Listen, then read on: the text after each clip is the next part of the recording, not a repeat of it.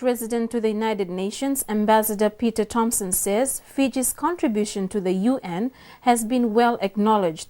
The month of February this year was Fiji's turn as chairman of the Asian Group, where climate change featured as a prominent topic. Okay, in terms of the overall work of the New York mission, we regard as our three pillars oceans, climate change and peacekeeping.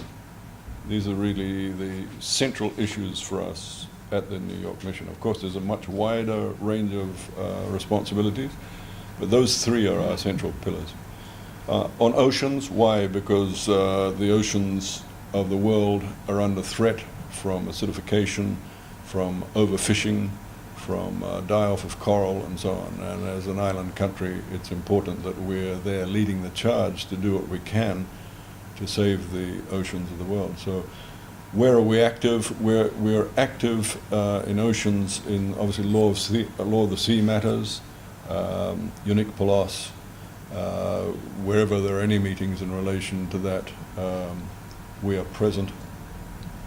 If nobody comes from capital, either myself or Mr. Danuvalu, who's the councillor, or Mr. Nyasi, who's the first secretary, attend those meetings.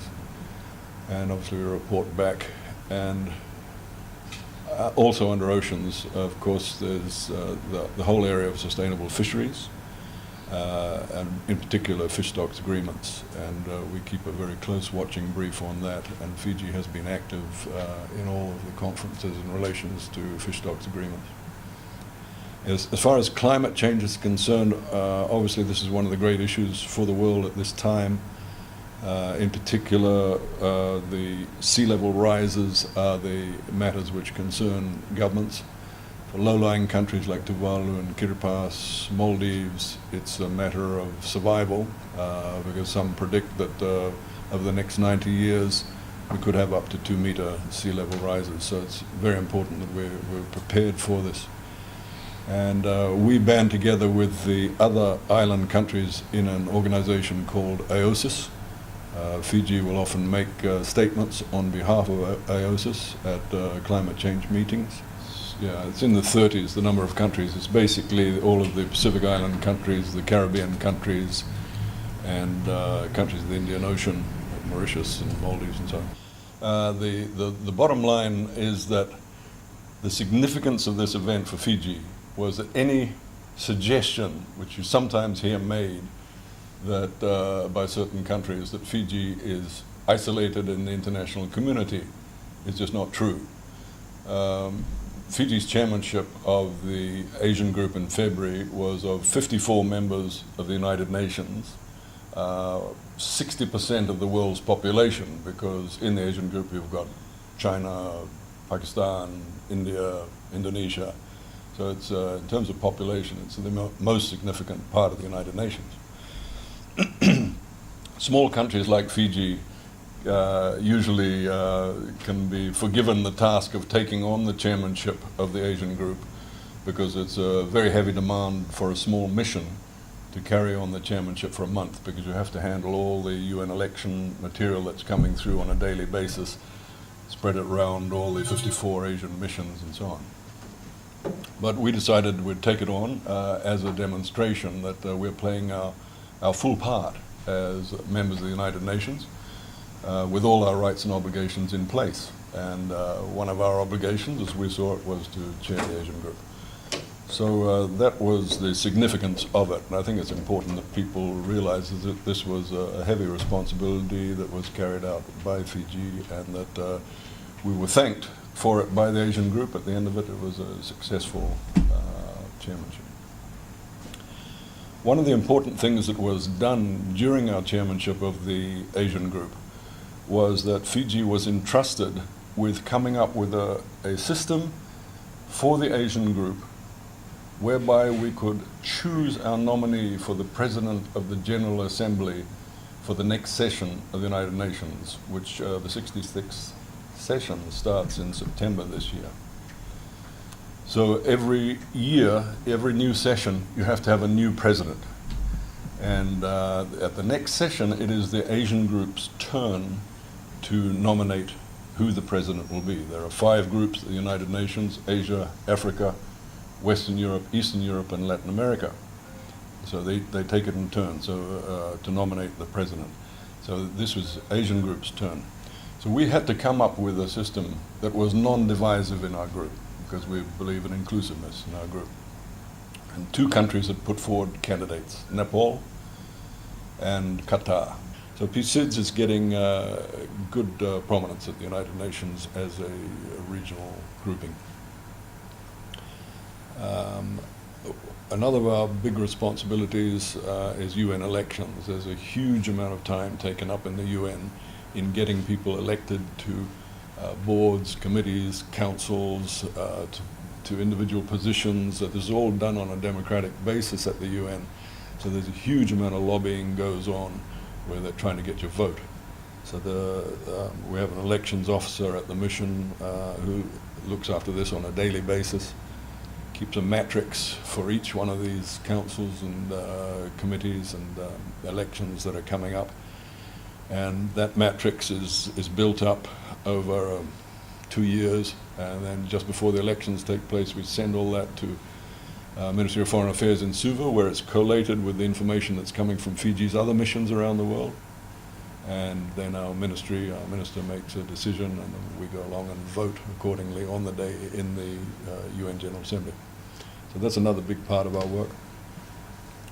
Rising out of the Melanesian Spearhead Group, the MSG meeting, the summit that was held here recently, it was all very positive information for us in New York. We used all the news releases that came out from Ministry of Information. Thank you for those. And circulated those. We had a reception attended by 50 ambassadors, including the Security Council ambassadors, most of the ASEAN ambassadors. Australia and New Zealand were present, and it was a very good evening, hosted by the 4 MSG PRs, as they call the ambassadors in New York are called PRs, permanent representatives. So the 4 MSG ambassadors hosted that and gave out the communique from the MSG afterwards. We were also able to use the news releases that you sent us about the Prime Minister's visit to Indonesia to very good effect. Those were circulated around the United Nations to capture all those very positive messages that came out of the visit, particularly in relation to Indonesian offers of assistance as we go in the countdown to 2014. The Electoral Commission of Indonesia, the help they're giving and so on. That was all very positive information for us to be able to pass on, not just to the UN Secretariat, but also to the relevant missions that are interested in our progress. So thank you for that. The other thing to report on would be the non-aligned movement. Fiji's application to join the non-aligned movement has now gone through all the various procedures. The non-aligned movement is run out of New York. Whoever is the chair at the time, their mission in New York takes the responsibility of organizing NAM matters. And so we have been through all the procedures there, and the formal entry will occur in Bali at the end of May, when Minister Kumumbola will be representing Fiji at that online movement meeting, and we will then be part of that very important organization. We're also active members of G77 and China, which is another major grouping of developing countries at the United Nations, and we have every fortnight or so there will be a G77 meeting dealing with important matters of the time, such as preparations for conferences like the Rio Plus 20 conference on sustainable development, which will be held next year. G77 is already working out a common position for developing countries on that, so we have to play our part in building up that position. And then there will be commissions meeting at any one time. We're in preparation for some commission meeting. Recently there was the Commission on the Status of Women, which we attended. There was the UN Forum on Forestry, which we attended. And in all of these, there are follow-up issues. In the forestry one, for example, RED Plus concept, which Cabinet has made a decision that Fiji is going to get involved in that. So there's follow-up work on each of these meetings to be carried out. The other area, of course, is formalization of diplomatic relations.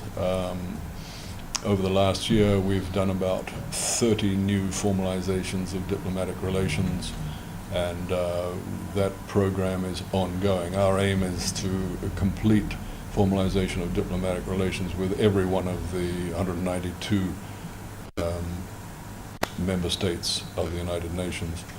I think our major work ahead in that regard would mainly be in Africa. This seems to be where the formalization was not done in the past, so we'll be working on that. I think we have got Angola coming up.